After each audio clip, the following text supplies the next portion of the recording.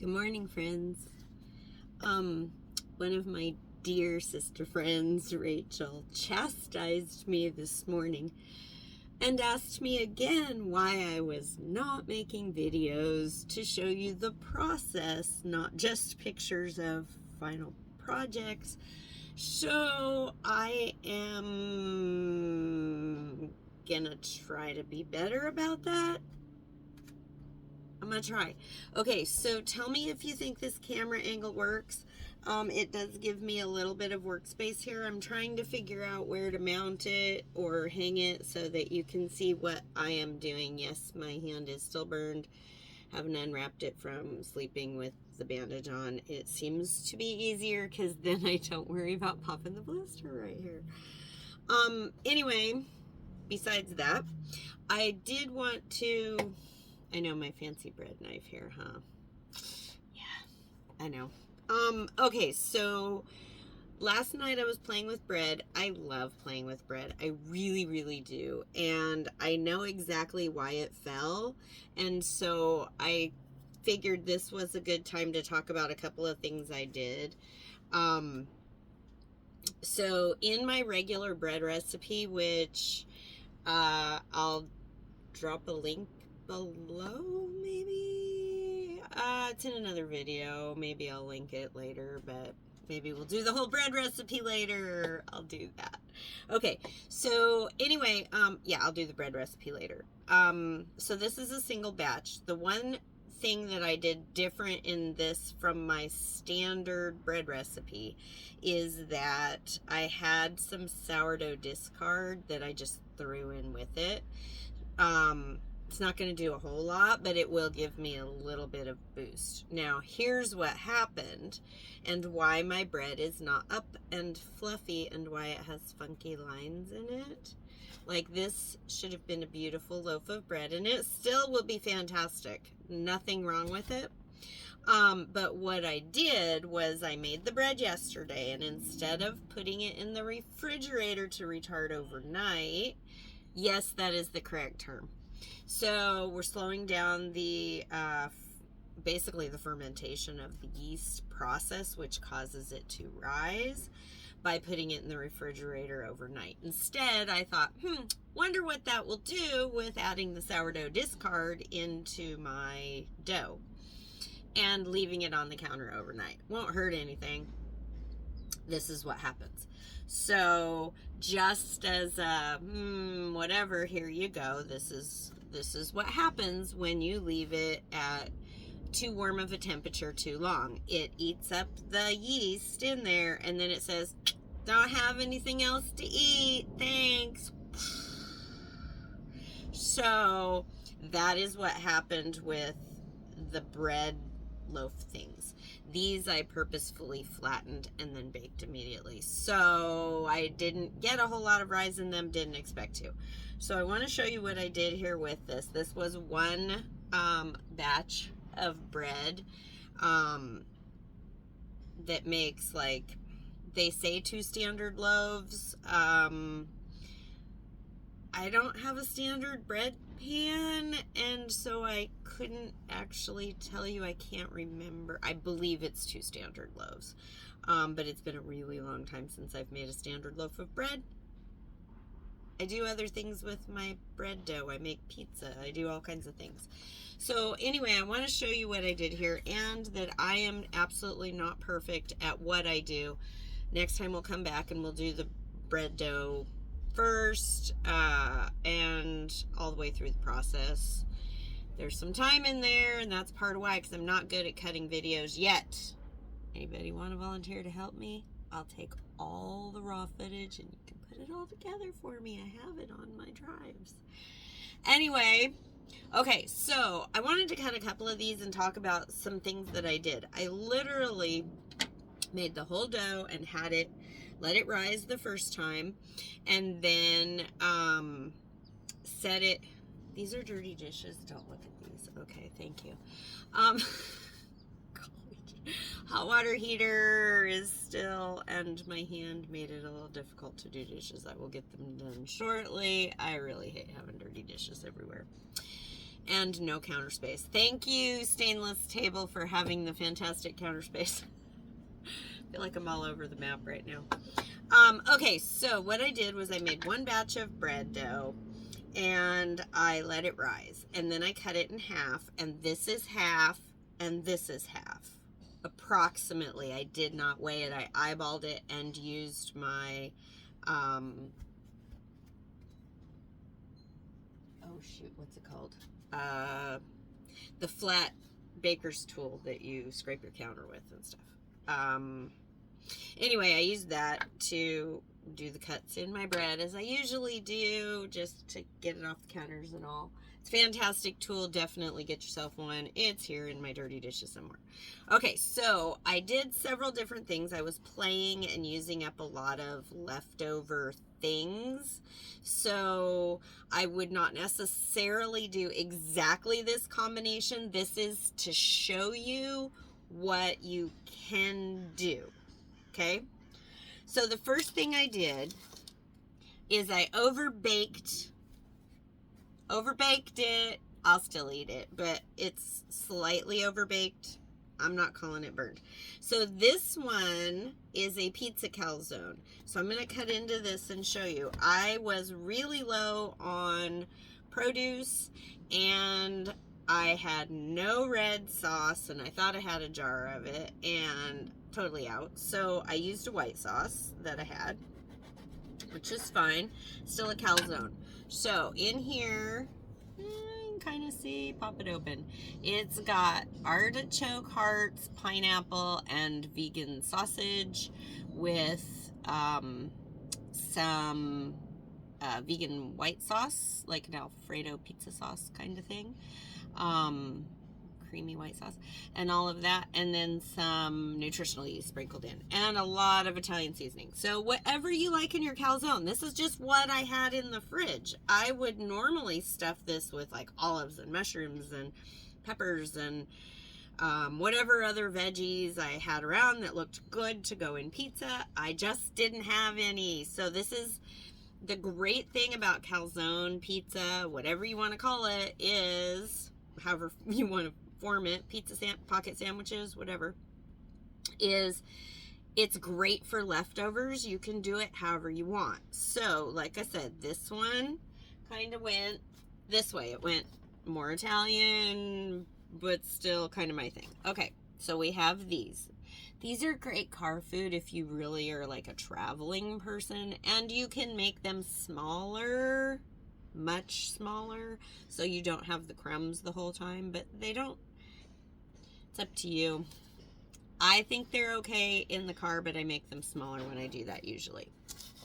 Okay, this is the one that I had for dinner last night, and I went with a Mexican kind of thing on here. It looks kind of funky, gross, but so wide open, I smeared a thick layer of refried beans, and then I put some non-dairy yogurt, unflavored, unsweetened, so plain, for like a sour creamy kind of thing. Put that in.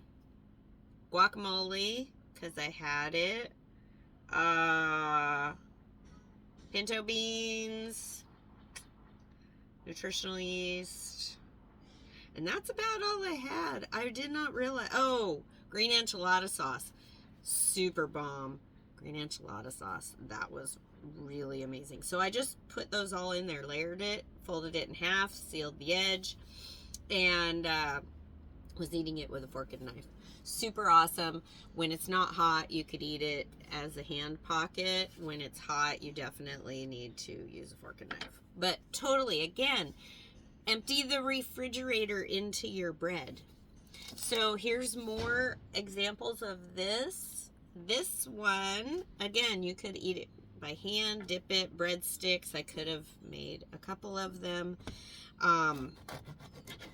Just to show you, not a whole lot. Obviously I didn't hit much of it, but I threw some of the vegan sausage in here. You can see a little bit right there. If I cut it in a different place, it'd have a few of them. I just ran it down the center. So There's a lot of bread and not a lot of sausage, but it's fun little, just showing you what I had. It was what I had left. I thought it would be fun. This one, a loaf of bread. I just sprinkled it heavily with nutritional yeast and Italian seasonings, and then kind of as a final shaping rolled it and put it into the pan, so you can kind of see where it's folded under right here. Like I said, these were lovely and raised, but I let them rise too long, and this is what happens. So this is the one thing, this is why I'm going to do this one and show you what I did and why, because I know why it did it. The flavor is still fine. It's going to be a little bit more dense because it fell, and it doesn't look beautiful like it should. Whatever. So I'll show you what happens when you just roll it in. Haha, almost nothing. So you can kind of see like a line right here where there was some of it, but basically it's just going to infuse the bread. So when you make sandwiches or toast or whatever you're doing with your bread, it's got a little extra flavor. You can definitely put flavor into your bread dough as you are making it. When I know I'm going to just make pizza, I will definitely infuse extra garlic and Italian seasoning kind of things into my dough when I put the water in. So that warm water is going to open up all those spices and herbs and give them an extra boost of flavor to put into the dough. It's a great way if you're making flavored breadsticks or whatever. Put those herbs in when you put the warm water in to activate the yeast. That is the time to do it if you're really trying to infuse that dough. This was just a fun little thing. I'm like, whatever, just put a little in. Okay, so this one, I laid out my bread dough flat, and then I mixed. I did do some goat cheese on this one. I do a little bit of goat cheese now and then. It was flavored goat cheese with cranberries and cinnamon, because I had it in the fridge, and some vegan chocolate sauce, Humboldt maybe? Anyway, something, chocolate sauce, and coconut cream. And I mixed those together, and then I spread that. Oh, I put a little bit of huckleberry jam in there too. So I spread that all out on the bread, not on the dough that was flattened, not all the way to the edges. You need a little bit of edge. And then I sprinkled it heavily, very heavily. I spread dried fruit and nut mix on it, just whatever I had. I have a jar that is always changing. It's whatever I find, mostly organic, goes in there, gets mixed in, whatever it is, any fruits, nuts, anything, seeds that look good, go into the jar. So those are in here, and then I rolled it up like a cinnamon roll, and because I, again, don't have a full-size pan, I just let it go down like bread, because I wasn't going to cut it into cinnamon rolls. I'm doing a loaf of bread kind of thing. Now, the other thing that I did with this one before I cut this looks so good. Before I cut this was I put it in my cast iron pan. And because I let these sit overnight on parchment paper, I forgot that I should have removed the parchment paper and put it on fresh parchment paper, or made sure there's all these wrinkles weren't in it. So now I actually have a few places where the paper is still stuck. Isn't that awesome? So I cooked this in my cast iron pan, and I probably should have lifted it out as soon as it was done cooking, because it obviously continued to cook on the bottom. If it had not cooked quite this much, the paper would also come off easier. It still come off. It comes off. I mean, it's just, I've been picking at it. It's still coming off. But anyway, I want to show you what this does on the inside, even when it goes flat. Because, you know, so this is me showing lack of perfection. We'll still eat all this. We'll take off that very bottom layer. on this end. And I tucked my ends under of the roll to hold the ingredients from going right out the side as they got hot, because I knew that was going to happen. Didn't want that. So, again, it's going to be very crusty with that dark down there. But here's what you get when you roll it up. So, if you've ever bought like cinnamon raisin bread, I love that stuff. It will be similar to this, and I am definitely going to cut that very bottom layer of crust off, but it's got, you can hear the bread knock. Beautiful. So it's got a gorgeous crust everywhere but here on the cast iron too long. Remember, if you cook it in cast iron, take it out as soon as you take it out of the oven, or it's gonna keep cooking. Okay, so that's what happened here. So like I said, I like to use this as a good lesson. This is what we do. So one of the things that I did not do yesterday that I usually do when I add fruit, dried fruit, to a bread or a cookie, baked goods. Pro tip, soak your fruit first, rehydrate it. So my favorite way in bread, when I'm gonna make like cinnamon rolls and I'm gonna dump it full of fruit, because that's how I like to do it. And golly gee, my nose is itching this morning. There's something in the air. Is to whatever flavor profile you are going for in your product, find a tea or juice that you have on hand is better, or plan ahead when you're making it. But take a tea or a juice and put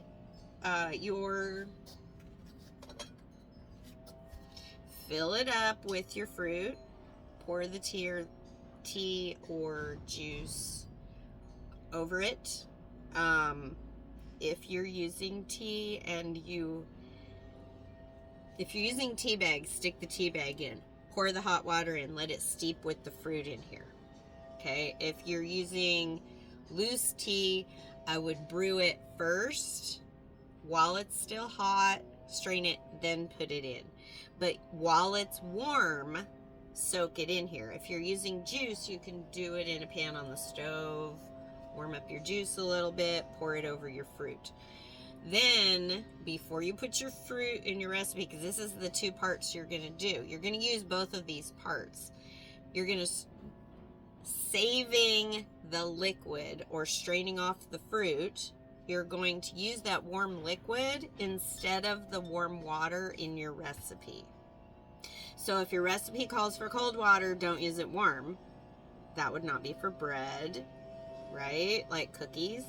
But if you're doing bread, then the warm water from your fruit is what you're going to use to activate your yeast, and all of this flavor, the delicious goodness from your fruit and the juice or tea that it was steeped in, is going to now infuse your whole batter or dough amazingly.